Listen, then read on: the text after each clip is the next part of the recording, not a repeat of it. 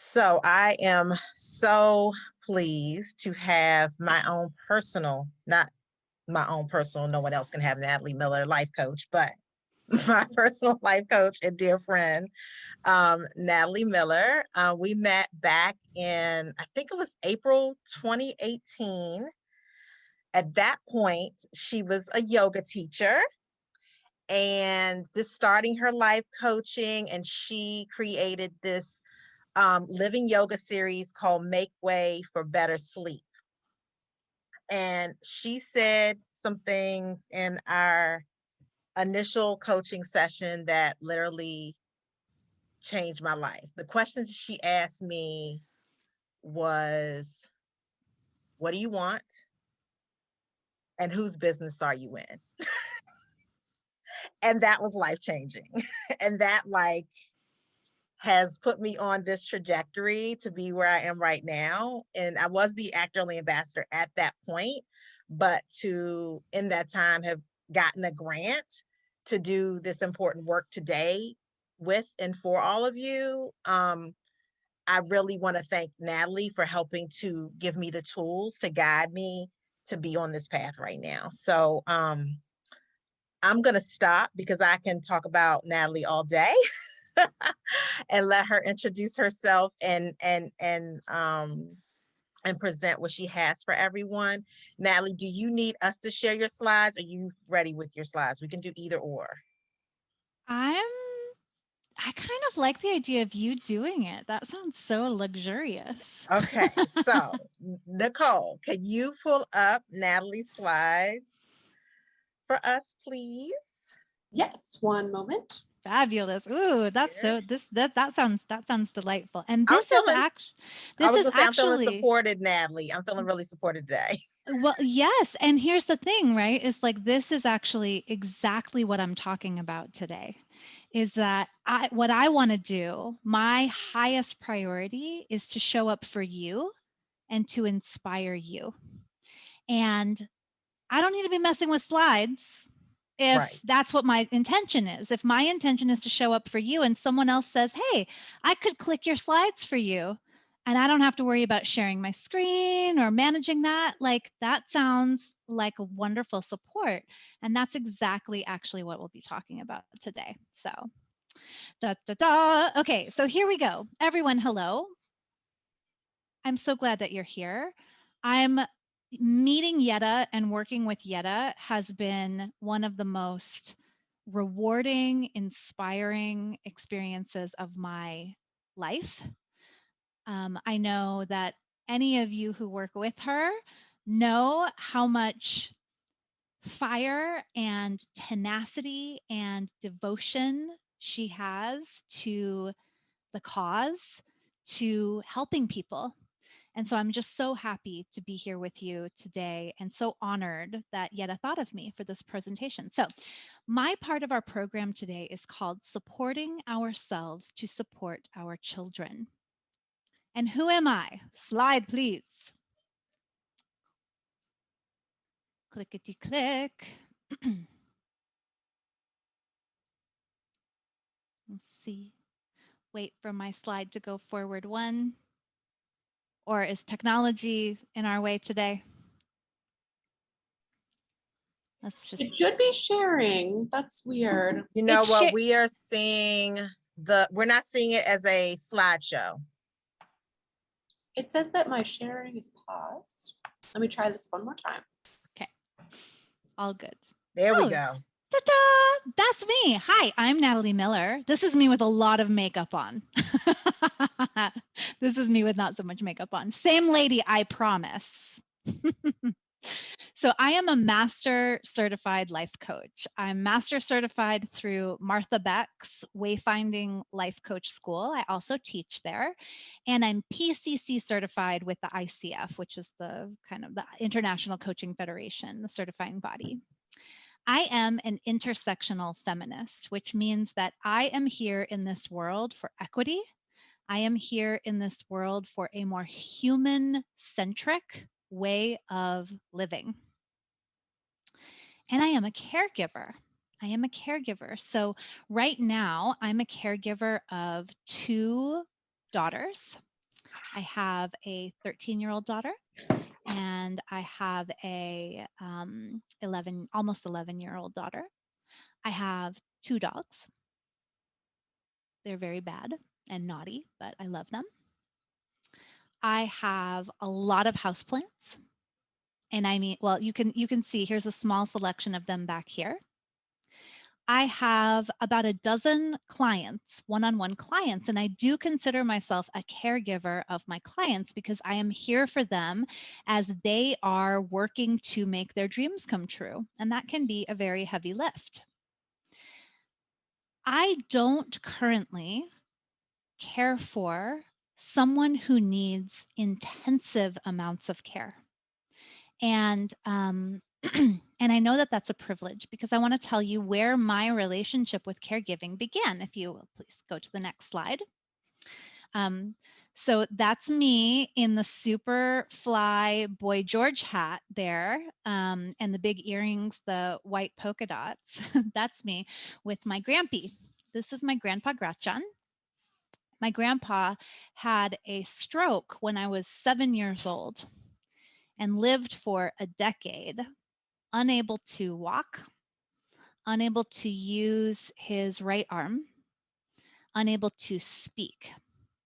And this all happened in a small town in New Mexico, the town where I'm from, where there weren't really any services available for him and for my family. And so my grandmother cared for him primarily, and my mother, and as a result, kind of the rest of our family cared for her to help care for him. And I watched in those years the toll that caregiving can take on a person, the toll that caregiving can take on a family. And I learned, I think, I'm getting a little emotional. And I learned, I think, how vital it is for communities to have ways of supporting people through the challenges of life, because that, my grandpa having a stroke, was a challenge of life. And there weren't services to support him. There weren't services to support my grandmother, who was caring for him 24/7. By privilege and by miracles, our family had the financial resources to be able to do that. And I'm very aware that that is not true for all families. So I love to be here talking to all of you because I understand that caregiving is undersupported in our world. And I understand that caregivers are undersupported in our world. I also understand some of what happens psychologically when it comes to caregiving. I understand how difficult it can be to care for ourselves when we are devoted to caring for other people. So that is what I'm here for today. I'm here to talk about how we support ourselves as we are supporting the people who need our care. Okay, next slide. So what you often hear, the metaphor that you often hear, what people often say is, oh yes, for caregivers, what they need to do is they need to put on their oxygen mask first. You've got to put on your oxygen mask first, and then you assist the child next to you, right? And okay, that's fine for a metaphor. But here's the reality. Next slide. You are not on a depressurized plane. That's kind of a one-time thing, right? When do you put the oxygen mask on? It's like, oh, the plane is depressurizing. Everybody, the oxygen masks fall down and you put them on, right? That's not actually what caregiving long-term is like at all. It's not quick. Oxygen masks don't appear. And it's not a one-time thing. It's an ongoing thing. So I'm going to say that caregiving is more like being the driver on a very long road trip. And listen, next slide. Sometimes that road trip is glorious. Sometimes that road trip is touching, beautiful. There are moments in caregiving that are so sweet, so human. Sometimes the road looks like this. And if we happen to be fairly well supported, if we happen to be in family, if we happen to be tapped into our community resources, and we're in a place where the road is smooth, being on the road trip feels like this. You'll get one of my favorite GIFs of all time in the next slide. Being on the road trip is like this. Yes, we're together. We are happy. Michelle and Missy on the road. By the way, if you have not seen this episode of Carpool Karaoke with James Corden, you want to Google that right after this workshop is over because it's delightful, right? So this is maybe sometimes how the road trip can feel when we are supported ourselves, when we're rested, when we've got like cool activities to do with other families, or we get to tap into some of the really neat community events that are available, or we're appreciating the support that we're getting from our families, right? Okay, next slide.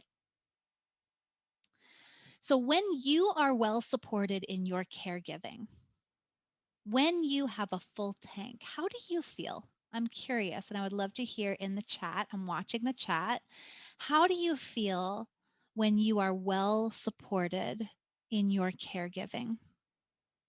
How does caregiving feel for you at its sweetest? How does it feel for you at its sweetest? Strong. Yeah. For me, there's something poignant. Like I can remember when my children were really little. Sometimes when I happened to be well slept and I did their little bedtime routine and I combed their little wet hairs and I put them in bed, there was something so like deeply sweet. Yeah, Allison says emotional.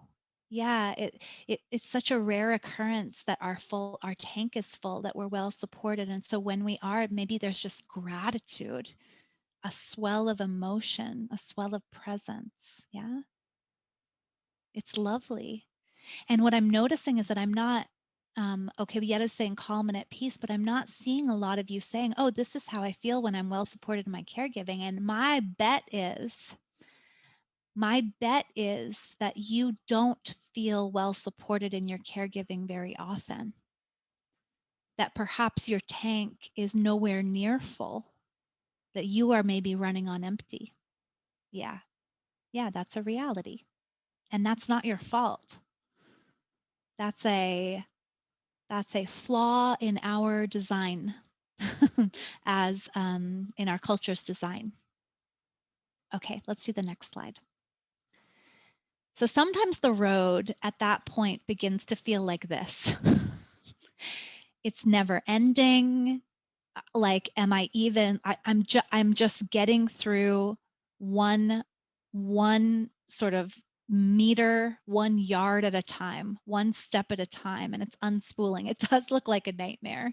It does look like a nightmare. I won't lie that when I had very young children, sometimes the road in caregiving felt like this. I know that for my grandmother taking care of my grandpa, the road sometimes felt like this. Like, where does it even end? Where's the exit? Like, what's going to happen? There's a lot of uncertainty and there's a lot of fear. So let's go to the next slide, please. When the road is like this and your tank is empty, sorry, you skipped one. When the road is difficult, and when your gas light comes on, when you've got nothing left.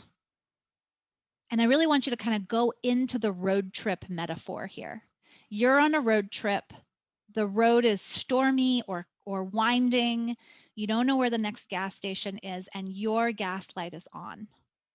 right? Imagine yourself on that road trip. How do you feel? So for some of us, next slide, it's like panic. We're like, how am I going to do this? For some of us, next slide, we get really irritated. That's me. I'm going to tell you right now. When my tank is very low, I get very cranky. I'm very sharp. I'm very irritated. That's when you'll find me yelling at my kids. That's when you'll find me saying, I'll just do it myself, refusing help, refusing connection. Right? Sometimes, next slide, you're just like, what you're doing doesn't even make sense. So you see this woman is like using a Coke bottle to try to drive the car, right? Hello, new interpreter. Thank you for joining.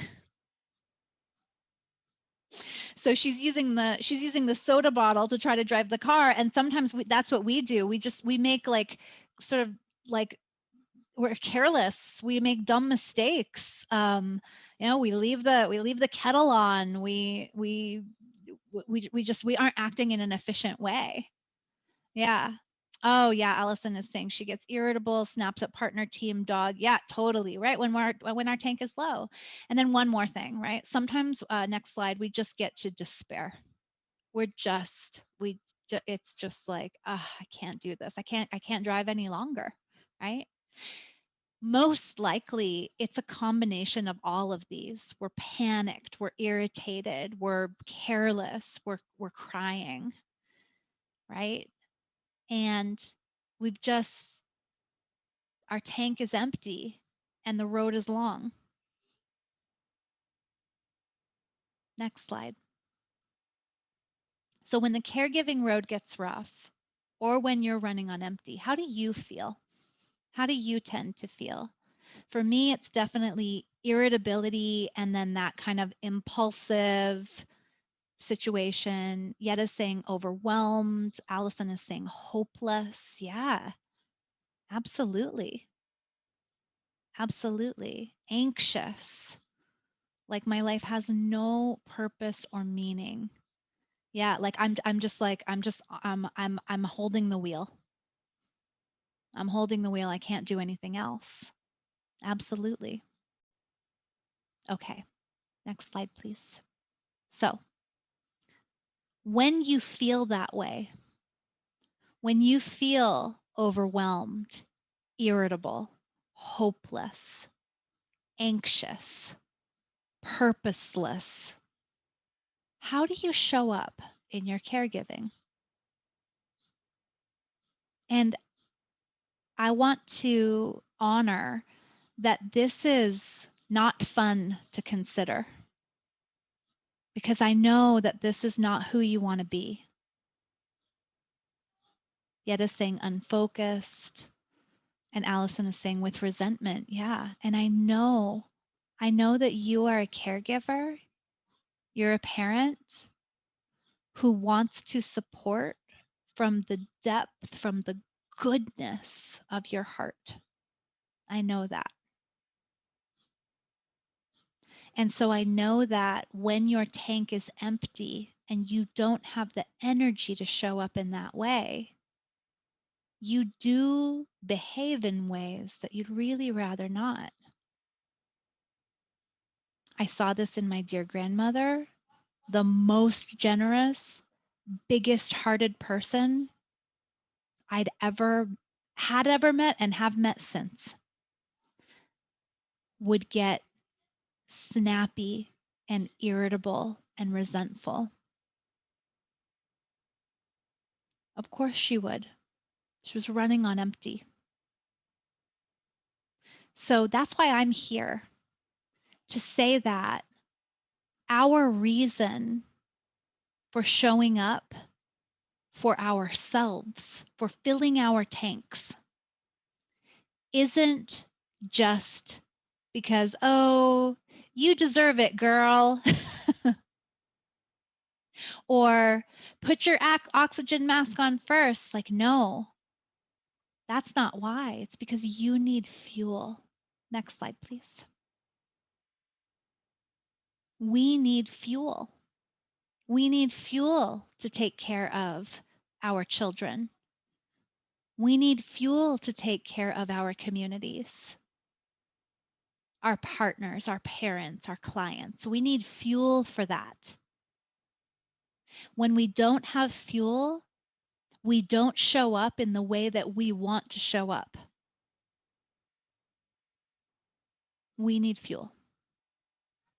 Okay, next slide, please. Oh, end of slideshow, because this is where we get to talk. Okay, so you can just spotlight me now and my sweet interpreter.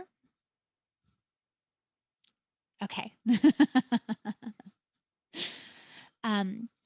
So what I want to talk about now is, what is fuel exactly?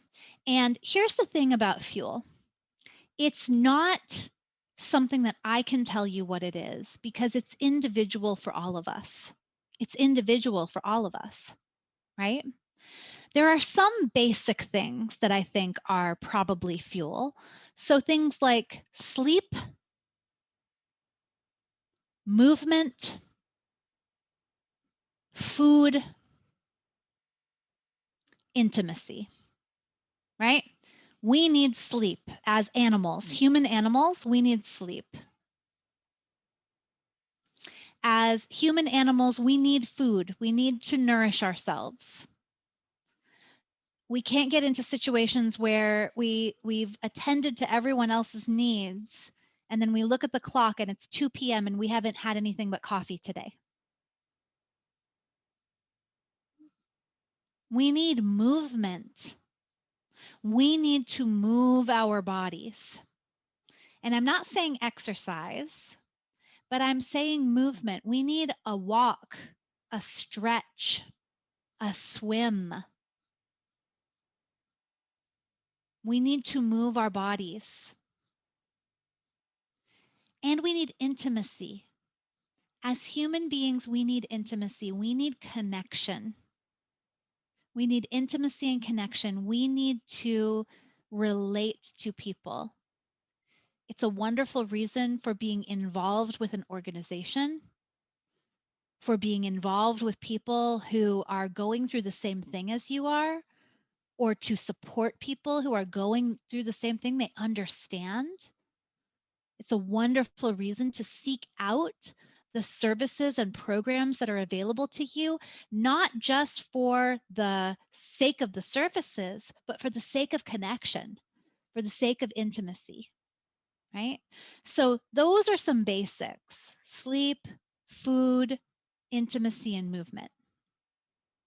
But beyond that, it's more individual. So, for example, do you need alone time to recharge?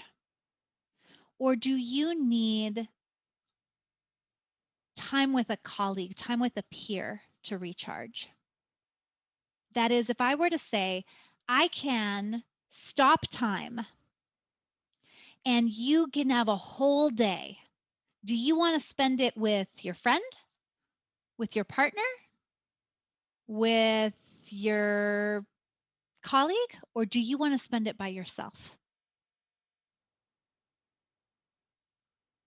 I really want to know. Yetta's saying she needs alone time. Allie needs to spend it with a partner. Allie wants to be with someone. I personally need alone time. Nicole needs to spend it with friends. So we need to know this about ourselves. What fuels me? Solitude or being together with someone? Oh, Allison is saying some alone time is fine, but I like to be with someone else because too much alone time makes me feel depressed. This is very individual. And I should say I presented it as an either or, but it's not an either or. It can definitely be a blend. I would say for me, it's probably 80% alone time, 20% connection with people. If I am honest though, going for a walk with someone, with a good friend, is going to be a net neutral energy exchange. I will get energy from being with them, but I will also expend energy being with them. So in the end, I'm back where I started. So if I need to refuel, I need to be alone, almost always. Okay, so that's one place. Here's another place. Pleasure. Pleasure. What brings you pleasure? And I had never seen it before, but I love this. This is exactly what it is. What makes your heart swirl? What makes your heart sing? What brings you pleasure? So, for example, my plants, my house plants, bring me pleasure. Oh, for Allison, snuggling with the dog brings pleasure. For me, novels. I love to read fiction. I love to read fiction. I have since I was a little girl. And actually, that's a great way to figure out what brings you pleasure. What did you love to do when you were young, when you were little? What did you love to do? Oh, yeah, we're getting tacos and margaritas. We're getting eating a big meal brings pleasure. Yes. Amber loves books. Yetta loves romance novels. And get really specific here, right? It's not like, oh, reading the latest book on, white supremacy and me. And it's like, oh, yeah, I really like to read those books too. I know that's important. But what's delightful? What's pleasureful? Listening to music. Yeah.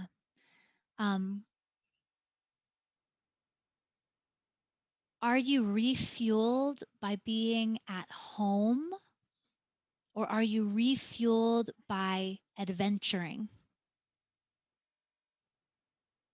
Oh my gosh, Yetta, I love the specificity of not just music, Lionel Richie's album, Truly, which I already knew about her actually. But yes, get that specific, right? Not just watching television, because I love to watch television.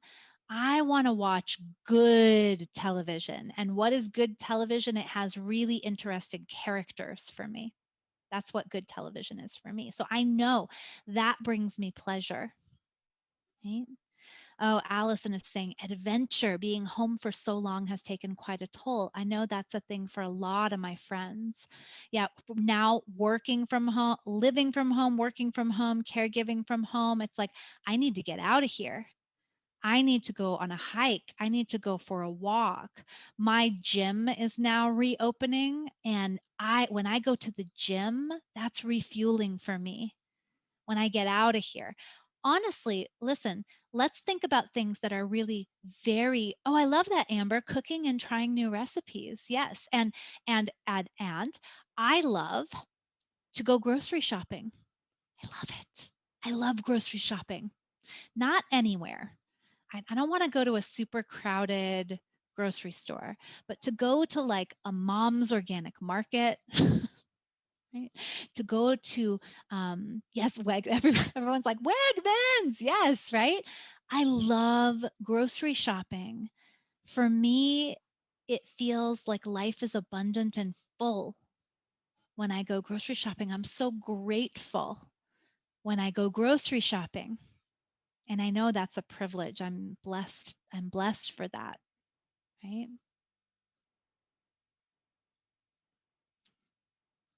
What are some of the places you go that refuel you?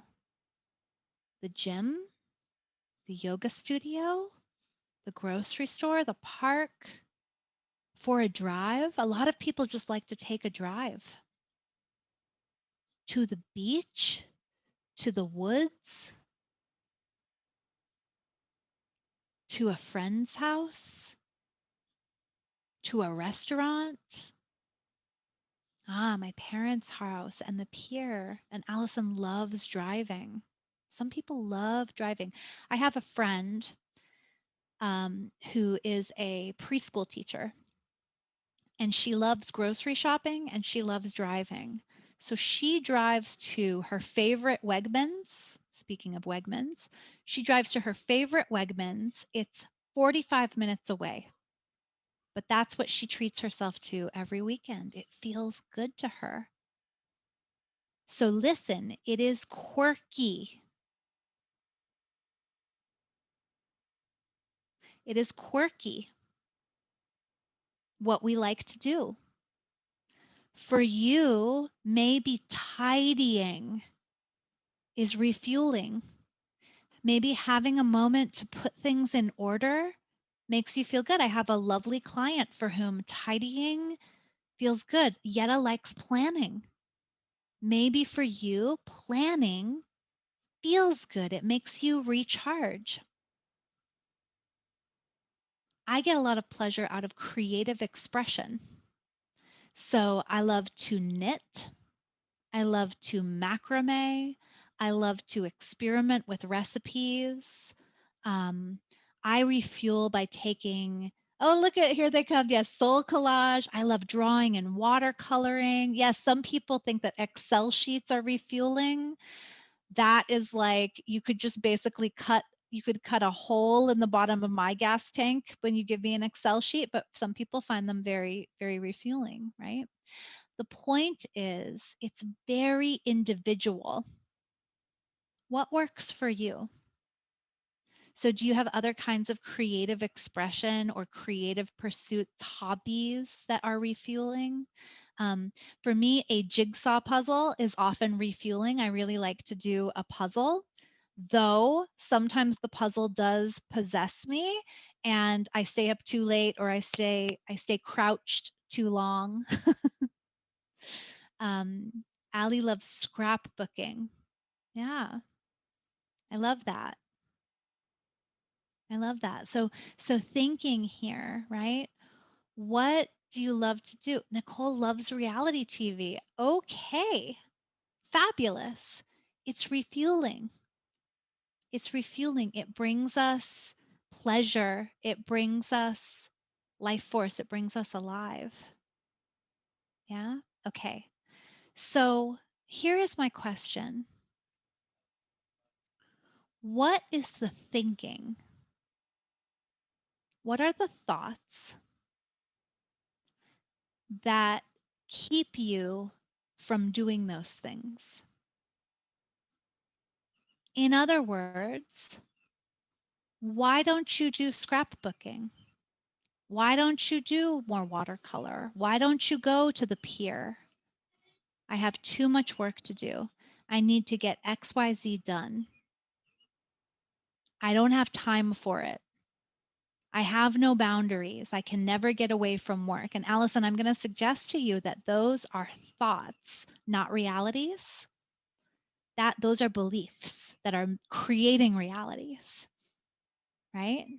I need to do more important things. And everyone in the chat who's sharing, thank you so much, because this is part of intimacy. This is part of intimacy, is telling one another, here's what happens in my head.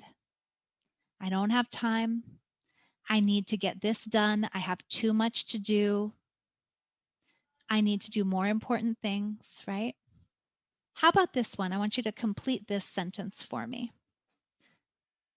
Here you are. What you want to do is have an hour of time for yourself, an hour of alone time, an hour of reality television, an hour of reading a book, an hour to yourself.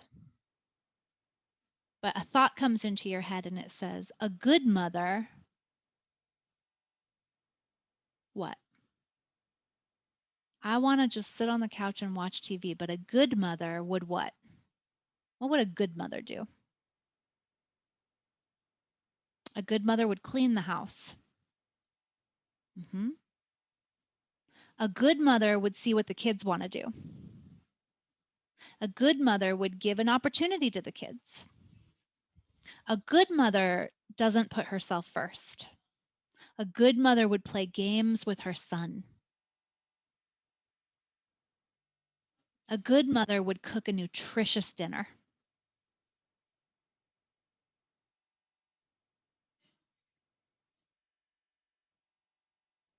So sometimes it's things like, I have too much to do.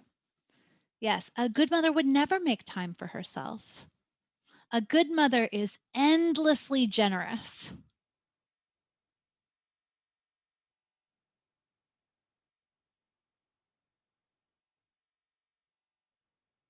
Sometimes it's those reasons, sometimes it's judgments. Okay. So sometimes this is what I'll say. Our world is not set up with lots of fueling opportunities, especially for caregivers, especially when those caregivers are women, most especially when those caregivers are women of color. Our world is not set up with lots of fueling opportunities. And even if we know that we can create some of those for ourselves, our world depends so much on our labor, our invisible, unrecognized labor, that it convinces us there's something wrong with us for needing fuel, let alone compensation, but for needing the fuel to continue to give care. It says, oh, you must be selfish. It says, oh, you must be disorganized. It says, oh, you must have your priorities in the wrong place.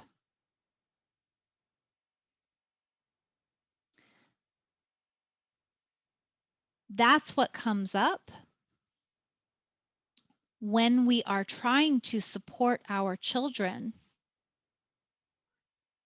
and realize that we ourselves need support. Right?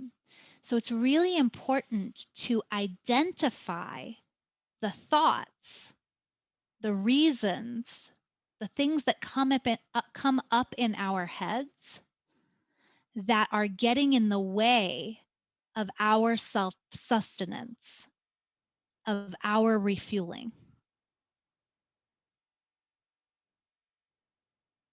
It's not surprising to me that the first two, I'll just go back and reread them, were I have too much work to do.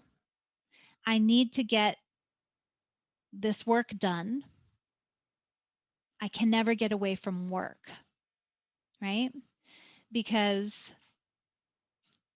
our white dominant, capitalist, patriarchal culture says that work is the most important thing and assumes that caregiving just happens.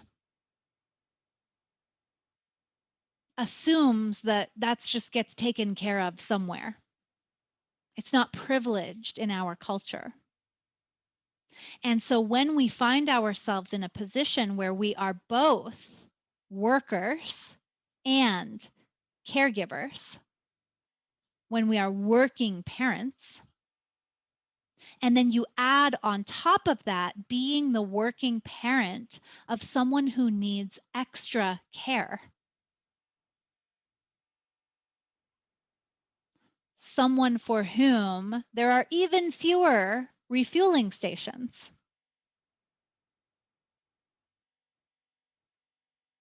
We find ourselves in this impossible situation. Yeah, let's see. I heard this concept the other day that turns capitalism on its head. Pay people for their time, not their productivity. And it's interesting, like, even still time is like very, very like quantity of time. That's a very capitalistic kind of measure. Like, pay people for their contributions. What are you contributing? Pay people for their contributions. Pay people for like, we're all humans in this together.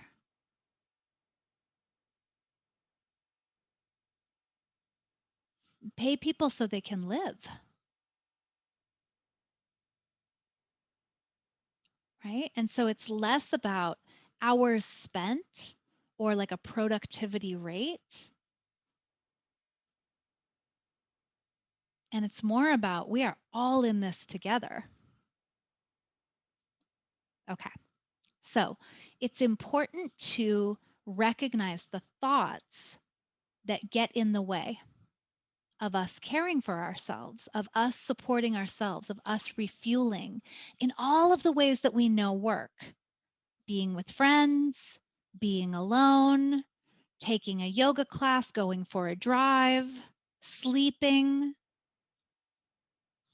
reading a book, listening to music, right?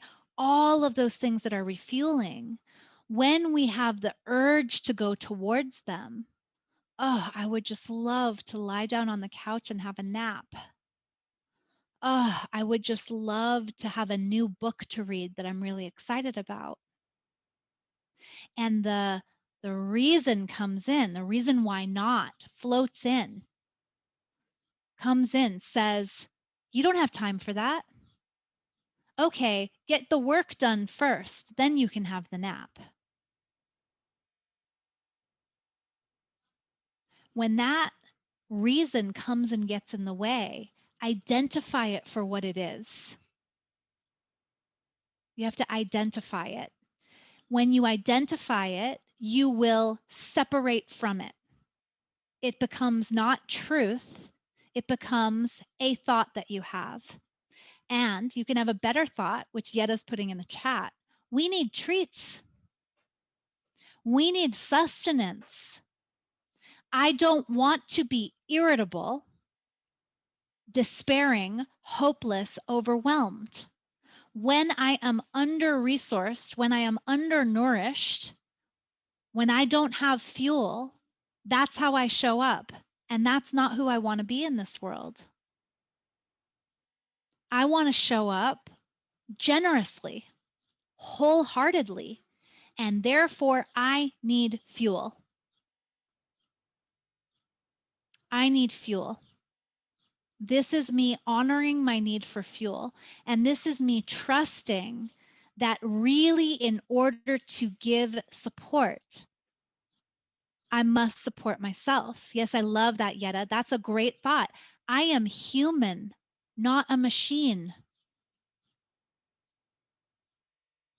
I am human, not a machine.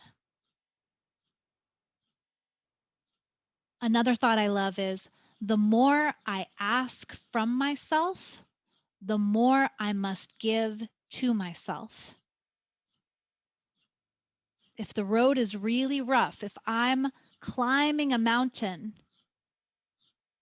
I have my foot on the gas pedal, I'm using a lot of energy, a lot of fuel to climb that mountain, to get through a rough patch. I am going to need extra fuel to be able to do that. There's no pushing through because I end up broken, sick, exhausted, burned out. And we don't get to the top that way. So, coming out of this presentation, really thinking differently about it, I'm curious for all of you, what's the takeaway? What do you want to remember? What's a good reason to start to invest more in your support? To start to look for those fueling stations, whether they're self-generated, like time with your knitting project, or whether they're community generated, like getting together with people who are in a situation similar to yours. What's a good reason to do that? To have more energy to do work I'm passionate about. Yeah. So I understand that rest is not the opposite of work. Rest enables work. Rest doesn't take me away from work. Pleasure doesn't take me away from work. Pleasure contributes to my work. Pleasure enlivens my work. Pleasure fuels my work. Allison's getting to enjoy life a little more. And yeah, maybe to even like make enjoyment more important. To understand that if work is up here, bring enjoyment up here too. It's really important. Any other takeaways before I'm done? I make sure those around me have been fueled before myself. Yes, I need to make yummy meals for myself more, pick up hobbies I once had, go on more walks. I love that, Allie, right? And here's the thing is that when everyone else is fueled and you're not, the driver, because let's face it, you are the driver of this car. The driver is in the worst way. We need the driver in the best way. We need the driver fully resourced. That's what gets us where we're going. Right? So it's not just about you being more important. You're the driver. You're the caregiver. If you get sick, what happens? When you burn out, what happens? Everyone else's care, your care is not extricable from everybody else's care, is what I'm saying.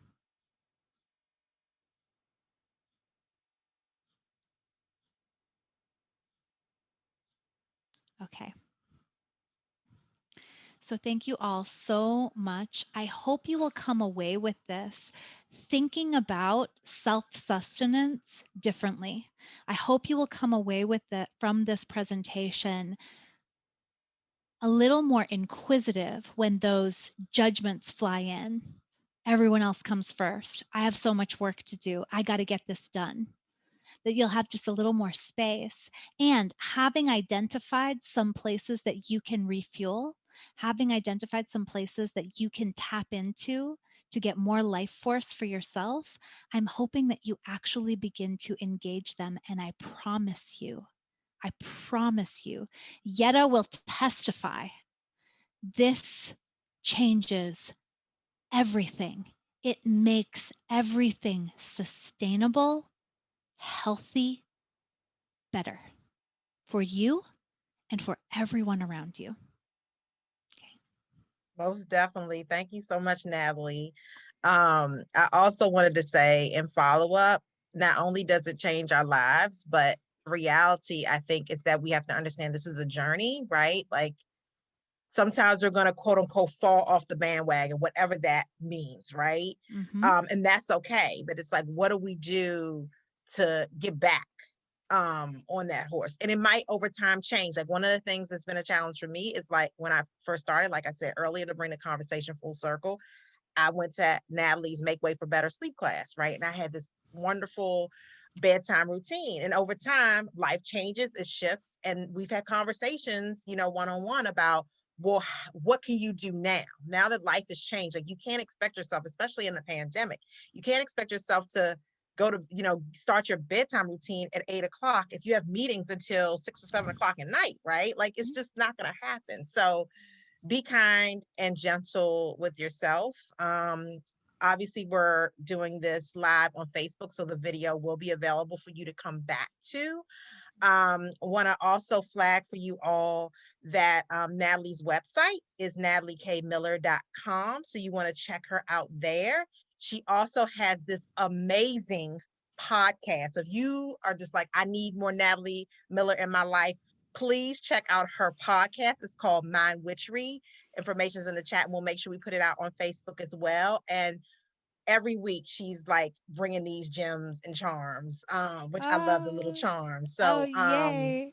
Yeah, is and just Yetta, it's funny. amazing. I wanted to mention for the people that I have one episode that's called "A Spell for Sustaining Your Growth," where I talk about this road trip metaphor, and then Yes. the follow-up episode is "A Spell for Self-Replenishment." And so those are two places, like two of the podcast episodes that are directly related to what we're talking about here. And yes, I would love for you to come and listen and to get that support, because listen, the dominant voice is very loud. It's everywhere we go. And so you do need Yetta's voice in your ear, my voice in your ear. I need my coach's voices in my ear so that we can do differently and do better. Most definitely. Thank you so much again, Natalie, My for pleasure. spending time with us today. We're going to shift gears a little bit. Bye, Natalie. Thanks so much.